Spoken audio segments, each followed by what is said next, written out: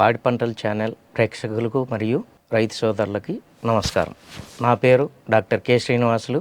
నేను షెప training centre యందు పశు వైద్యుడిగా పనిచేస్తున్నాను, ప్యాపిలి, నంద్యాల జిల్లా.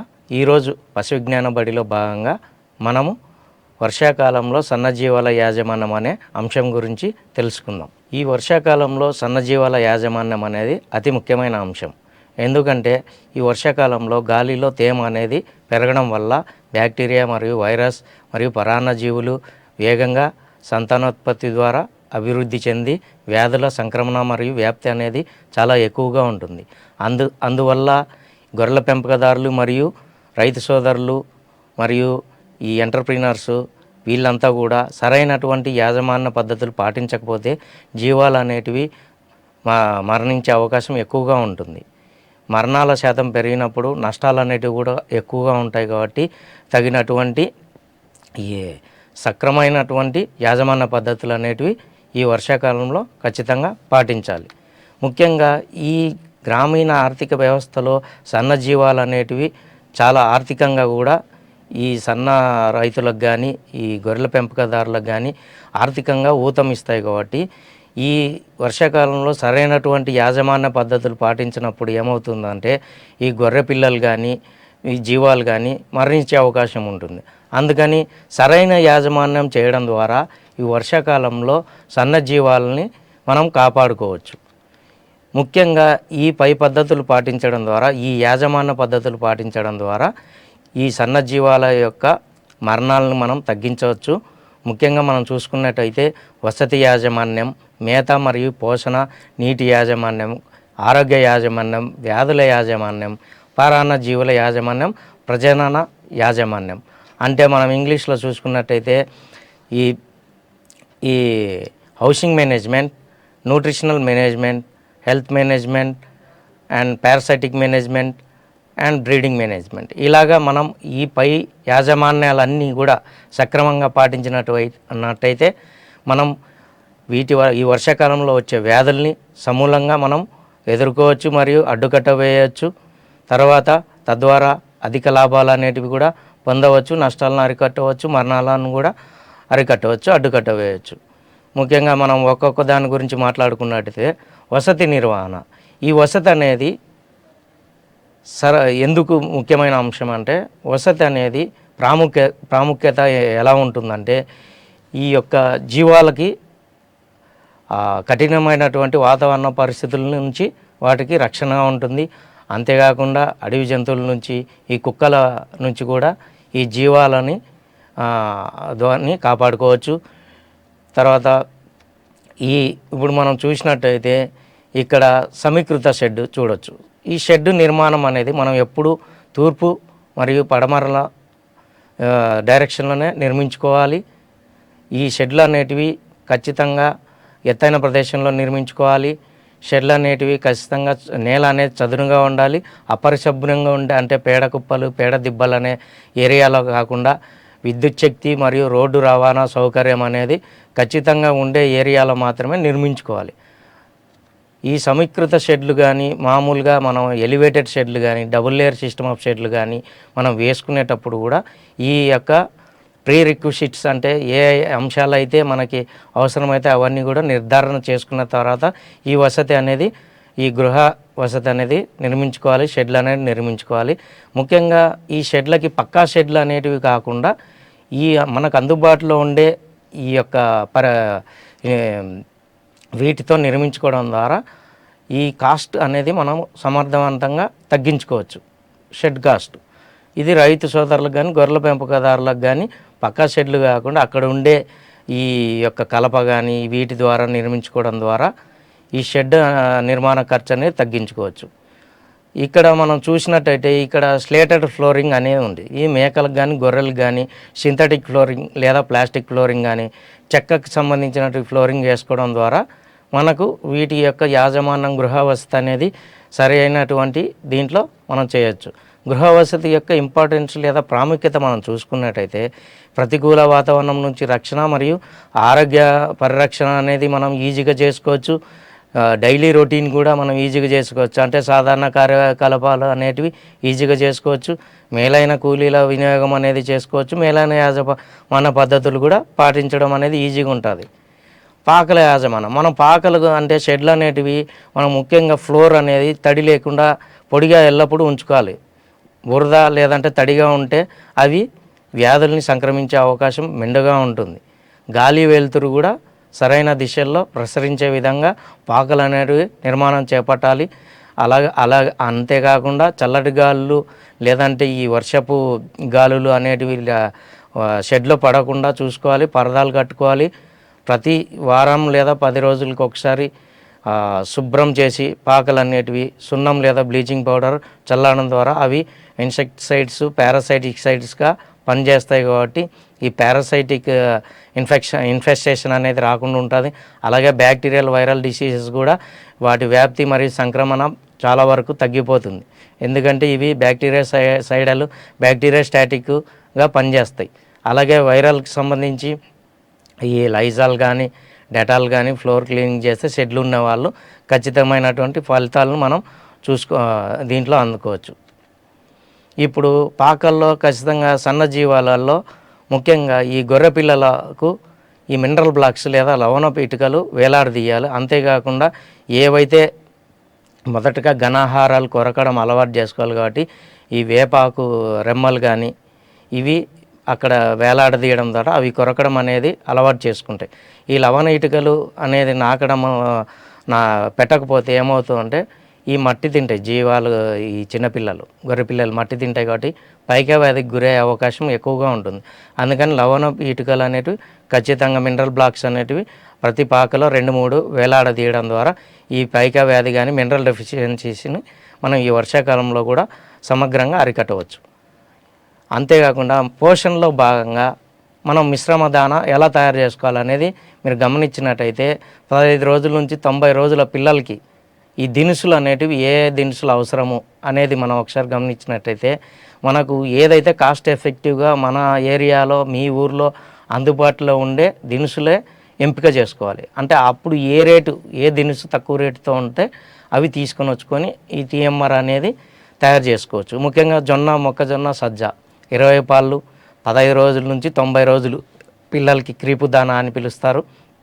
అలాగే గోధుమ తోడు 17 పాళ్ళు, పప్పు దినుసుల పొట్టు 20 పాళ్ళు, వేరుశనగ పొద్దుతిరుగుడు చెక్క అనేది 30 పాళ్ళు, చేప పొట్టు అనేది 10 పాళ్ళు, ఖనిజ లవణ మిశ్రమం లేదా మినరల్ మిక్చర్ 2 పాళ్ళు, ఉప్పు అనేది 1%తో 100 పాళ్ళు మనకు పూర్తవుతుంది. అది 15 రోజుల నుంచి 90 రోజుల పిల్లలకు మంచి పోషణ ఇస్తుంది. మీరు గమనించినట్టయితే పిండి పదార్థాలు 37%, అలాగే ఈ మాంసకృత్తులు లేదా ప్రోటీన్స్ చూసుకున్నట్టే 60% వరకు ఉంటుంది. అందుకని ఇవి ప్రోటీన్స్ అనేవి బిల్డింగ్ బ్లాక్స్ కాబట్టి త్వరగా గ్రోత్ అనేది ఈ గొర్రె పిల్లల్లో మనం చూడొచ్చు.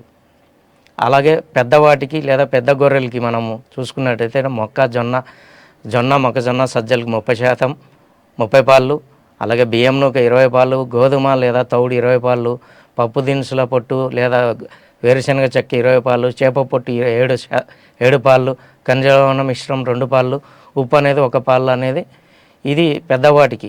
ఇక్కడ చూసుకున్నట్టయితే పిండి పదార్థాలు మనం 70% వరకు చూడొచ్చు, మాంసకృతులు 27% వరకు చూడొచ్చు. ఇక్కడ ఏంటంటే శక్తి లేదంటే ఎక్కువ బరువు పెరగడానికి ఈ యొక్క మిశ్రమదాన బాగా పనికొస్తుంది. కాబట్టి రైతు సోదరులు పైన చెప్పిన విధంగా టీఎంఆర్ లేదా మిశ్రమదానాను ఇలా తయారు చేసుకోవచ్చు. ఇప్పుడు మేత మరియు నీటి యాజమాన్యం ఎలా పాటించాలంటే తడి మేత అనేది మేపుకోకూడదు. వర్షం పడేటప్పుడు జీవాలను ఖచ్చితంగా బయటికి తీసుకుపోకుండా చూసుకోవాలి. షెడ్లోనే మేపుకోవాలి, లేదంటే ఆ పాకల్లో మేపుకోవాలి. తడి మేత తినిపిస్తే ఏమవుతుందంటే ఈ బ్లోట్ అంటే కడుపు ఉబ్బరం లేదంటే డయేరియా విరేచనాలు అయ్యే అవకాశం ఉంటుంది. అలాగే రాత్రిపూట ఖచ్చితంగా ఎండు మేత అనేది ఇవ్వాలి. మనం గమనించినట్లయితే తంబు రూల్ ప్రకారం 5 కిలోల పచ్చి మేత, 1 కిలో ఎండు మేత అనేది ప్రతిరోజు జీవాలకు అందించాలి. అడల్ట్ జీవాలకి అంటే పెద్దవాటికి. అలాగే పరిశుభ్రమైన నీరు ఖచ్చితంగా జీవాలకు అందుబాటులో ఉంచాలి. ఆ తొట్లకు కూడా ఈ జీవాల నీటి తొట్లని ఖచ్చితంగా సున్నంతో పూయించాలి. అప్పుడు పాచి పట్టకుండా ఉంటుంది. ఫంగల్ ఇన్ఫెక్షన్స్ తర్వాత బ్యాక్టీరియల్ వైరల్ ఇన్ఫెక్షన్స్ కూడా ఆ వాటర్ ద్వారా రాకుండా ఉంటాయి. అలాగే ఖనిజ లవణ ఈ బ్లాక్స్ ఉంటాయి కదా, మినరల్ బ్లాక్స్ ఖచ్చితంగా పాకల్లో వేలాడదీయాలి. ఈ తాజా నాణ్యమైన మేత మరియు దాన అందించడం ద్వారా, టీఎంఆర్ అందించడం ద్వారా ఈ జీవాలు అనేది బాగా ఆరోగ్యంగాను బలంగాను త్వరగా బరువు పెరిగి ఈ రైతు సోదరులకు మరియు గొర్రెల పెంపకదారులకు అధిక లాభాలు అందించే అవకాశం ఉంటుంది. అంతేకాకుండా ఈ మినరల్స్ కూడా సరిగ్గా అందాలంటే ఈ మినరల్ బ్లాక్స్ కూడా, ఈ లవణ పిటికలు కూడా పాకల్లో వేలాడదీయాలి. వానాకాలంలో ఈ యొక్క పోషణ మరియు మేత పోషణ మరియు న్యూట్రిషన్ మేనేజ్తో పాటు ఈ ఆరోగ్య సంరక్షణ లేదా హెల్త్ మేనేజ్మెంటు అనేది కూడా ఒక చాలా ముఖ్యమైన అంశం. ఈ వర్షాకాలంలో ఏమేమి మనకు సీజనల్ వ్యాధులు వస్తాయి, ఏ యొక్క జబ్బులు వస్తాయి అనేది మనం ఇప్పుడు గమనించినట్టయితే, ముఖ్యంగా వర్షాకాలంలో ఈ జలుబు, దగ్గు, తర్వాత శ్వాసకోశ వ్యాధులు, న్యూమోనియా, విరోచనాలు, ఫుట్ రాటు, ఈటి, ఎంట్రోటాక్సిమియా లేదా చిటిక వ్యాధి అంటారు, గొంతువ్యాపు వ్యాధి, తర్వాత ఈ వ్యాధులతో పాటు పరాన్నజీవులు బెడద ఎక్కువగా ఉంటుంది. వీటిని నివారణ కోసం మనం ఏం చేయాలంటే పాకలు అనేది పరిశుభ్రంగా ఉంచాలి. దొడ్లు లేదా షెడ్లు అనేటివి పరిశుభ్రంగా ఉంచుకోవాలి, అంటే పొడిగా ఉంచుకోవాలి. సమయానికి అంటే సీజనల్ వ్యాధులకు సంబంధించి సమయానికి సరైన సమయంలో టీకాలు వేసుకోవాలి. సరైన పోషకాహారం అంటే ఇంటికి బ్యాలెన్స్డ్ డైట్ ఇవ్వాలి, అంటే టీఎంఆర్ కానీ ఇలాగా అందించడం ద్వారా, పచ్చి మేత ఎండు మేత తగిన నిష్పత్తిలో అందించడం ద్వారా ఈ యొక్క సన్నజీవాలు వర్షాకాలంలో కూడా మంచి లాభాలను మనం రైతులు లేదా గొర్రెల పెంపకదారులు ఎక్కువ లాభాలు ఆర్జించవచ్చు. ఆరోగ్య సంరక్షణలో ముఖ్యంగా మనం పాటించవలసిన సూచనలు ఏంటంటే, క్రమం తప్పకుండా సీజనల్ వ్యాధులకు ఇయర్లో ఈ వర్షాకాలంలో మనం ముఖ్యంగా ఎంట్రోటాక్సిమియా, గొంతువాపు వ్యాధి టీకాలు అనేటివి, అంతేకాకుండా బ్లూటంగ్ టీకాలు ఖచ్చితంగా రైతు సోదరులు పశు వైద్యుల సలహా మేరకు ఈ యొక్క టీకాలు వేయించుకోవాలి. ఏదైనా అనారోగ్యంగా ఉండే జీవాలని పక్కకు పెట్టి క్వారంటైన్లో పెట్టి చికిత్స చేయాలి. అంతేకాకుండా కొత్తగా కొనుక్కొచ్చి మార్కెట్లోంచి తీసుకొచ్చిన జీవాలకు కూడా క్వారంటైన్ లేదా ఐసోలేషన్లో 3 నుంచి 4 వారాలు పెట్టడం ద్వారా ఏవైనా లక్షణాలు అనేది అబ్జర్వ్ చేస్తే వాటికి సంబంధించిన ఈ చికిత్స అనేది చేసుకోవడానికి ఈజీగా ఉంటుంది. లేదంటే మిగతా జీవాలకు, మందలో ఉండే జీవాలకు కూడా ఈ వ్యాధి అనేది సంక్రమిస్తుంది. ఒకసారి మనం వ్యాక్సినేషన్ షెడ్యూల్ని గమనించినట్టయితే, వర్షాకాలంలో మే, జూన్ నెలల్లో మనము చిటుక రోగానికి సంబంధించిన టీకా వేయించుకోవాలి. అంతేకాకుండా 15 రోజుల తర్వాత బూస్టర్ డోస్ కూడా వేయించాలి. పీపీఆర్ అనేది ఖచ్చితంగా ఇయర్కి ఒకసారి వేసుకోవాలి. గొంతు వ్యాధి జూన్లో వేసుకోవాలి. ఇప్పుడు ఒక్కొక్క వ్యాధి గురించి మనము తెలుసుకున్నాం. ఇక్కడ వ్యాధుల యొక్క టీకాల సమయం అనేది మనం ఒకసారి లిస్ట్ అవుట్ చేసిన వ్యాధులు చూసుకున్నట్టయితే, గాలికుంటి వ్యాధి సంవత్సరానికి ఒకసారి చలికాలంలో వేసుకోవాలి, మరియు ఎండాకాలంలో అంటే ఇది ఎఫ్ఎండ్ఎం అనేది 2 సార్లు వేసుకోవాలి. అలాగే బొబ్బ రోగం కూడా నవంబర్ లేదా మార్చి నెలలో వేసుకోవాలి.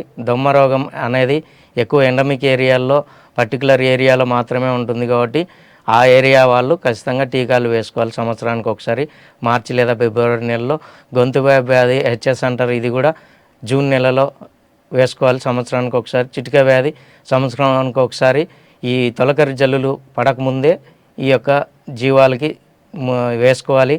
అలాగే పీపీఆర్ వ్యాధి కూడా జనవరిలో వేసుకోవాలి. మనం టీకాలు అనేది చూసుకున్నట్టయితే చిటిక వ్యాధి మే నెలలో వేసుకోవాలి, దొమ్మ వ్యాధి అనేది సెప్టెంబర్లో వేసుకోవాలి, గొంతు వ్యాధి అనేది జూన్లో వేసుకోవాలి. ఇప్పుడు వ్యాధి నిరోధక టీకాలు అనేది ఎంతెంత మోతాదులో ఎక్కడ ఇవ్వాలనేది చూసుకున్నట్టయితే, చిటిక వ్యాధి పిల్లలకు వచ్చేసి 2.5 మిల్లీలీటర్లు, పెద్దదానిలోకి వచ్చేసి 5 మిల్లీలీటర్లు చర్మం కింద మే నెలలో ఇవ్వాలి. గొంతు వ్యాధి కూడా మనకు 2.5 మిల్లీలీటర్లు పిల్లలకి, 5 మిల్లీలీటర్లు పెద్ద గొర్రెలకు చర్మం కింద జూన్ నెలలో ఇవ్వాలి. అలాగే యాంథ్రాక్స్ టీకా అనేది ఎండమిక్ ఏరియాలో 1 ml పిల్లలకు మరియు పెద్ద గొర్రెలకి చర్మం కింద ఇవ్వాలి. ఇది సెప్టెంబర్ నెలలో ఇస్తారు. ప్రతి 3 నెలల వయసు దాటిన పిల్లలకు అన్నిటికి కూడా ఈ వ్యాధి నిరోధక టీకాలు అనేది ఖచ్చితంగా ఇప్పించాలి రైతు సోదరులు కానీ గొర్రెల పెంపకదారులు. తద్వారా మనము ఈ యొక్క సీజనల్ డిసీజెస్ నుంచి రక్షణ పొందొచ్చు. ఇప్పుడు ఒక్కొక్క వ్యాధి గురించి మనం తెలుసుకుందాం. ముఖ్యంగా వర్షాకాలంలో మనకు 3 వ్యాధులు అనేటివి సంక్రమిస్తాయి. చిటిక వ్యాధి, అందులో ముఖ్యంగా చిటిక వ్యాధి ఎంటరోటాక్సిమియా అంటారు. వీటిని నేలముచ్చి వ్యాధి, ఈటి రోగం, గడ్డి రోగం అని కూడా పిలుస్తారు మన గ్రామీణ ప్రాంతాల్లో. ఇవి ఎక్కువగా 1 సంవత్సరం లేదా సంవత్సరంన్నర కొదమలు లేదా హాకెట్స్ అంటారు. వీటిల్లో ఎక్కువగా సంక్రమిస్తుంది కాబట్టి ఈ పచ్చిక బయళ్ళల్లో ఎక్కువసేపు మేపడం ద్వారా ఈ వ్యాధి అనేది సంక్రమిస్తుంది. ఇది క్లాస్ట్రీడియం పర్ఫిన్జరెన్స్ అనే బ్యాక్టీరియా ద్వారా సోకుతుంది.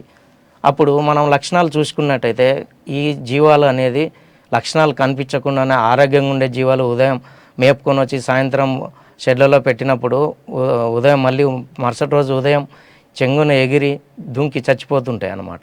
మందలుగా చనిపోతాయి. కాబట్టి ఒకవేళ క్రానిక్ దశలో అంటే కొన్నిసార్లు ఈ వ్యాధి అనేది క్రానిక్ దశకు చేరుకోవడం ద్వారా కొన్ని లక్షణాలు మనం గమనించవచ్చు. కాళ్ళతో పొట్ట తన్నుకోవడం, ఈ తల తీసుకుపోయి గోడకు లేదా చెట్లకు ఆనిచ్చి రుద్దడం, శ్వాస అనేది కష్టంగా తీసుకుంటూ ఉండడం, కాళ్ళ బిగించుకొని నడవడం, ఇవంతా కూడా లక్షణాలు మనం గమనించవచ్చు ఎంటరోటాక్సిమియాలో.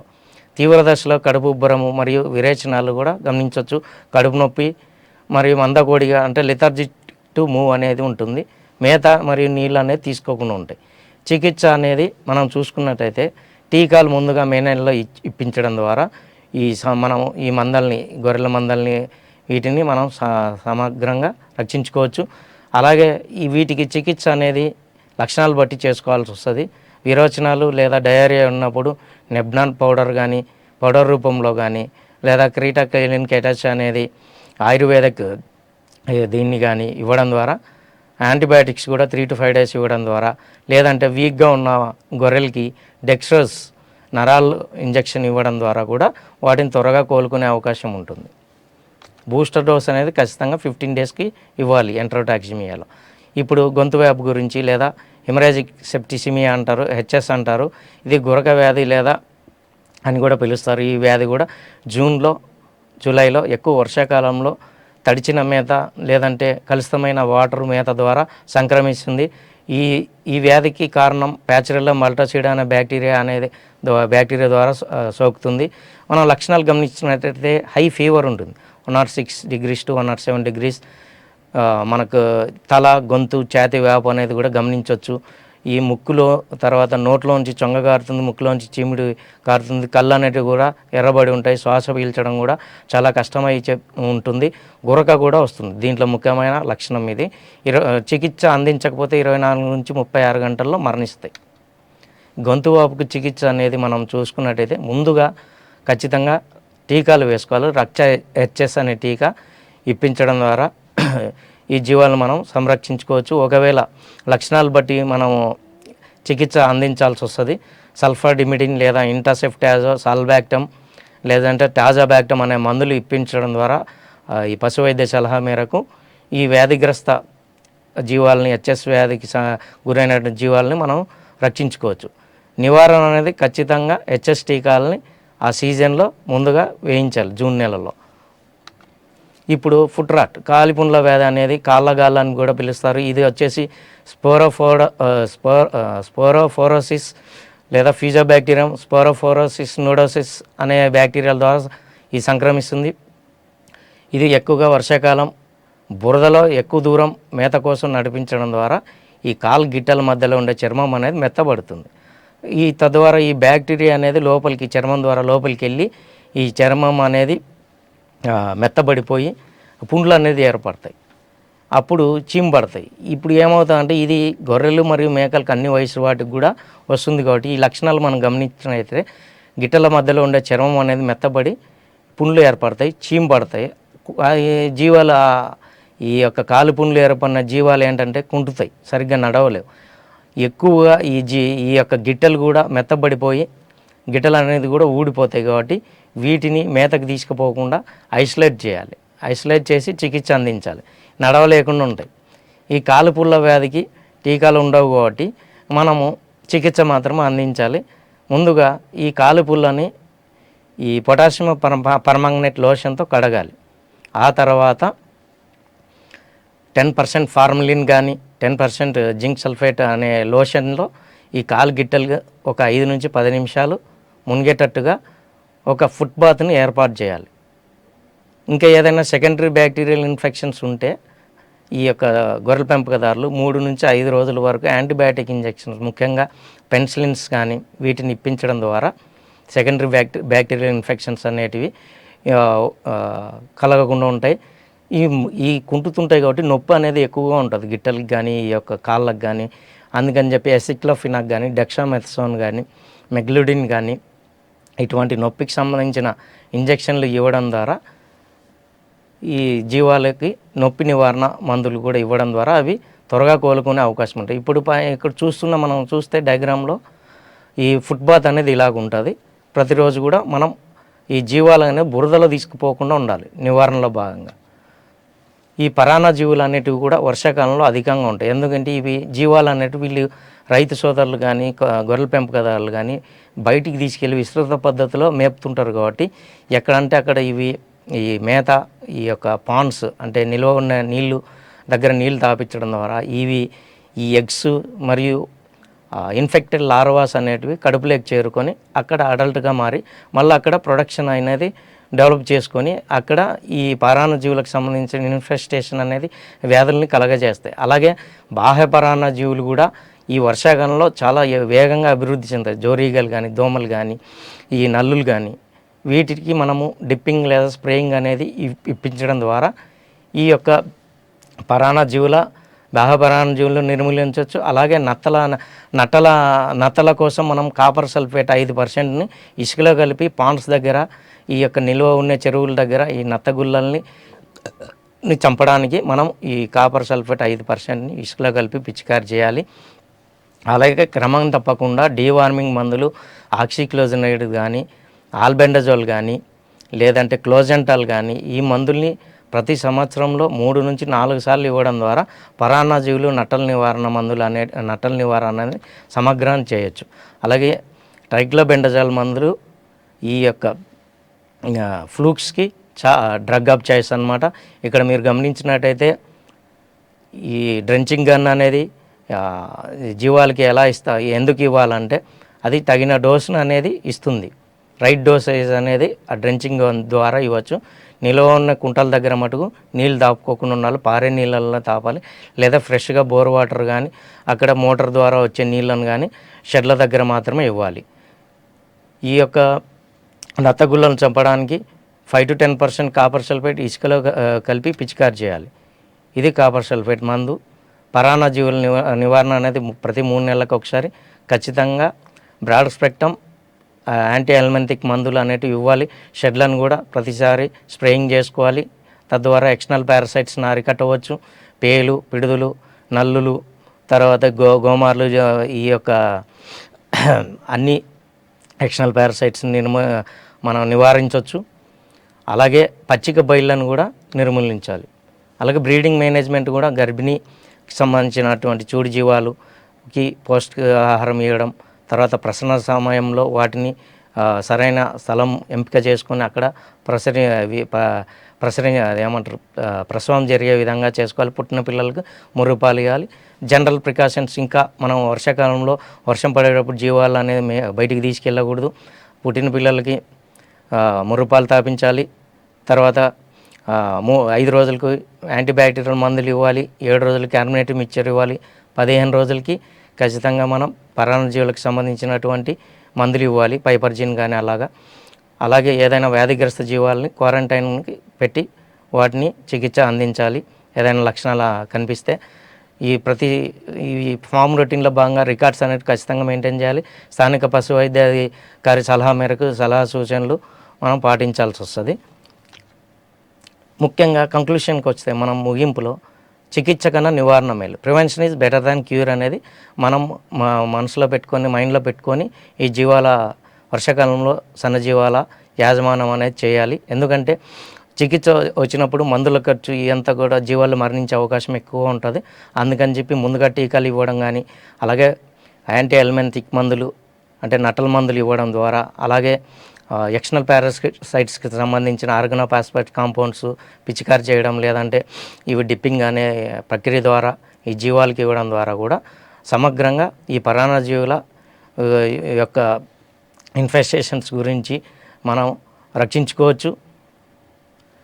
పొడిగా ఫ్లోర్స్ ఉంచుకోవడం ద్వారా సమయానికి టీకాలు ఇవ్వడం ద్వారా, పౌష్టికాహారం ఇవ్వడం ద్వారా వర్షాకాలంలో కూడా మనం సన్నజీవాలకి అధిక లాభాలు వచ్చేటట్టుగా మనం ఇటువంటి మన పద్ధతులు పాటించడం ద్వారా సన్నజీవాలని మనం సంరక్షించుకోవచ్చు. అంతేకాకుండా రైతులకి, గొర్రెల పెంపకదారులకి ఉత్పాదన పెరుగుతుంది, ప్రొడక్షన్ పెరుగుతుంది, రైతులకు అధిక లాభం అందిస్తుంది. ఈ అవకాశం అందించినటువంటి పాడి పంటల ఛానల్ వారికి నా యొక్క ధన్యవాదాలు తెలుపుకుంటున్నాను. Thank you very much.